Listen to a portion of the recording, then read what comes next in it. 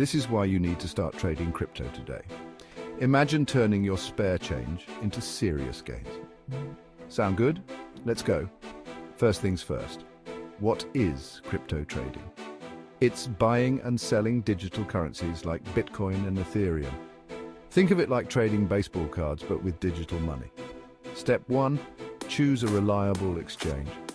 Platforms like Coinbase, Binance, and Kraken are popular choices.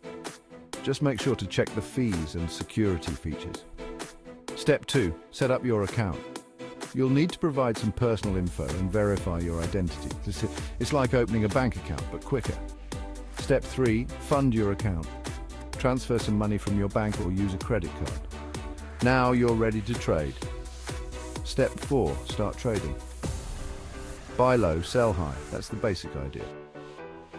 Keep an eye on market trends and don't put all your eggs in one basket.